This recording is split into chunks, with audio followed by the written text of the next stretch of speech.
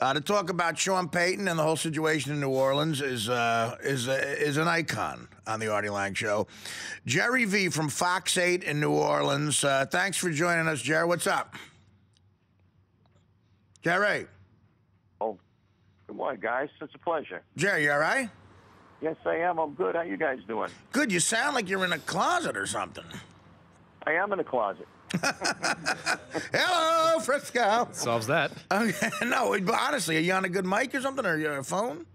No, I'm on a. Nice. I'm on a phone, laying in bed in a dark room. It's a true story. Oh God, get out, Gerry. Come on, everything's gonna be fine. I've been there before. I've isolated. You got to do. Yeah. It's a requirement, when you break into the news world. They stick 3 tablespoons of peanut butter in your mouth, and they have you read the news. And if you can do it, you got a job. That's what I'm doing right now. I'm auditioning. So describe the feeling, the excitement. What a couple of weeks coming up from New Orleans. You got the Super Bowl. You have Mardi Gras. And you got Sean Payton coming back. How exciting is it down there? Parties have already started. Parades have already started. Right. The football fans obviously very excited because of the Sean Payton thing. Yeah. They're crazy down here with their NFL.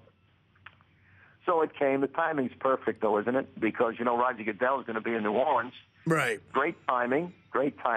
Calm the hordes down. They're angry at Goodell, so what does he do? He throws the blessing.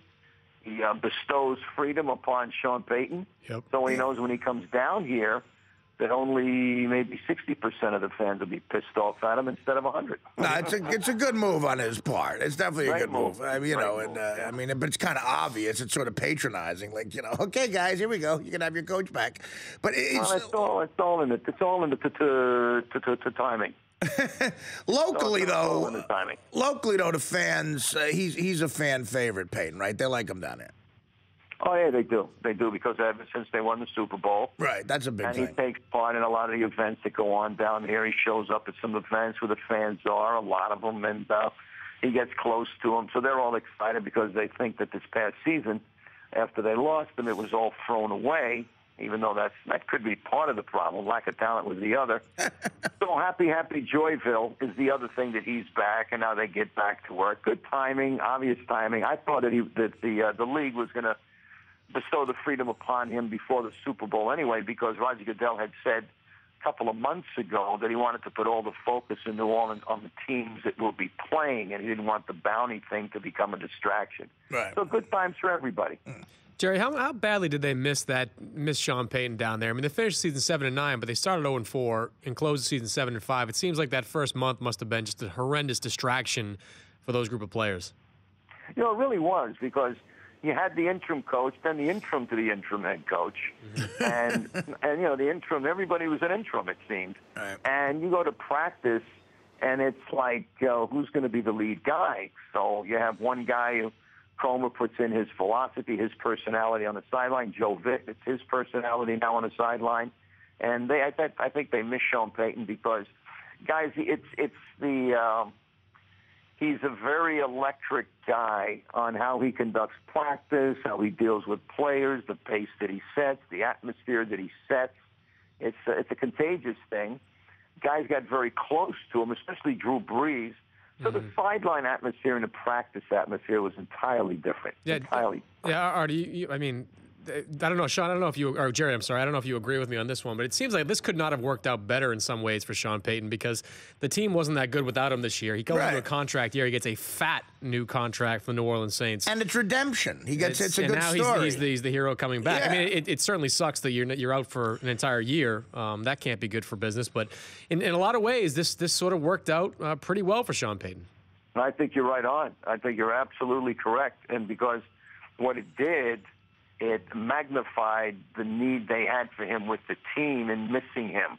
The anger that the fans had, the bounty situation, a suspension, then the poor start and not making the playoffs, it just further magnified the need for him. So what happened was when it came contract time, knowing he could become a free agent, and then the timing guys and the rumors started, of course, about maybe Jerry Jones of the Dallas Cowboys was going to come after him, and then the coaching openings started in other franchises. That just further enhanced his clout. So when he walks into the conference room, bingo, you know you had to have him. So the team did the thing, and they signed him up for that big, big money. You're right. It all worked out beautifully. If you had to paint a business scenario for a talented guy, because it magnified what his need would be for this football team. In the world of sports, it is true that if you are absent for a little while, there's almost more pressure on you than when you're there, because if you prove that you really are needed, then you know, money, popularity goes through the roof. And the classic example of all time, just adding to why his career was so perfect and legendary, is Michael Jordan. Jordan, you know, wins 3 titles in a row, dominates everything, leaves to play baseball, and the Bulls don't even make the finals for those 2 years. Comes back, wins another 3 in a row. They would have won 8 in a row with him. And, you know, that's the legendary thing, supposedly, Jordan. Well, what's the name of the owner of the Bulls? What's that guy's name? Reinsdorf. Supposedly, the negotiation was Jordan and his agent in the room, and Reinsdorf and his people on the other side, and Jordan said to him, listen, I want you to write a number down, and I want you to slide it over to me in a folded piece of paper, and it better not insult me. That's how he negotiated. Chicago, all right, and all of Chicago shook. Well, no, I mean, so it did. It worked out good for Peyton. And look, I guess I'm a politically incorrect guy type of Jersey jerk off. Do you think what Peyton did was so wrong? Do you think it's so wrong what these guys did? I think they were just acting like football coaches. I don't even have a problem with the guy who said, "Let's go kill his head." That might have been just a poor choice of words. What was wrong with it is that it would have been better off if there was just a code of silence. You just play football. Yeah. But when it got magnified, when Williams and the video about the money, the price, and the whole thing, put everybody on the line to have to step forward to admit it, and that just tainted the whole thing. If they would have just played football, right, it wouldn't have broken that code that guys have, and I think that just dirtied it up. If it makes sense, the gentleman's code to compete, knowing that you're going to hit me and I'm going to hit you, just kind of put a blemish on it to say, oh, wait, so you're intentionally going to try to take me out. Is that the word is going to be? Instead of, if it's a contradiction, instead of knocking a guy out in the spirit of competition, it put that intent. And then what made it really crazy, in the land of legalese, it brought some legal ramifications to the whole thing with intent. And that became the hot word on talk radio and TV, the intent of it, the intent. And then you were concerned about the lawyers and the briefcases coming in with documents about lawsuits because your intent was to hurt my guy. So you set my guy up. And the league feared the lawsuits, and that's what really made it scary. Especially in today's social media world, too. I mean, all of a sudden, it goes viral within seconds, and then we're all talking about it. It becomes a national conversation, not just on sports shows, but on regular CNN or MSNBC or wherever. Yeah. Everybody all of a sudden is talking about it, and it gets magnified 10,000-fold. I firmly believe that if this happened 20 years ago, we would not have the level of punishment that they had for this, simply because it would not have been as big an issue as it is now with the advent of social media. That's right. Yeah, you guys are pretty good. You're undefeated tonight. You're right again. It just according to you, don't pat yourself on the back. I can't walk into a men's room in this city without being all over Twitter and Facebook. Well, you're right, though. Listen, as a convicted felon, that word intent is huge. That's really been scary to me in my life, because possession is not awful. Possession with intent, my friend, and that's a life changer, as I'm sure you know. Your thoughts on that? Your thoughts on that? They were afraid about that. Everything is. You look what's going on right now in the world about the lawsuits and the lawyers, and you got hurt, we can sue, we can get you money, we can do this, we can do this. It's a frightening thing. And you throw on top of that the safety issue at the NFL as far as injuries. There's a very good article in this month's Esquire magazine about the NFL injuries. You need to read it. And then you look at all of that and you go, wait, the concussion is the issue. Guys are getting hurt. What if my guys are getting hurt on purpose? What if they're being set up for the injury? Wait a second. That's breaking the code of ethics, isn't it? You're supposed to protect my players from injury. There's the spirit of competition. If there's intent, I need to sue you. You just ruined my guy's career.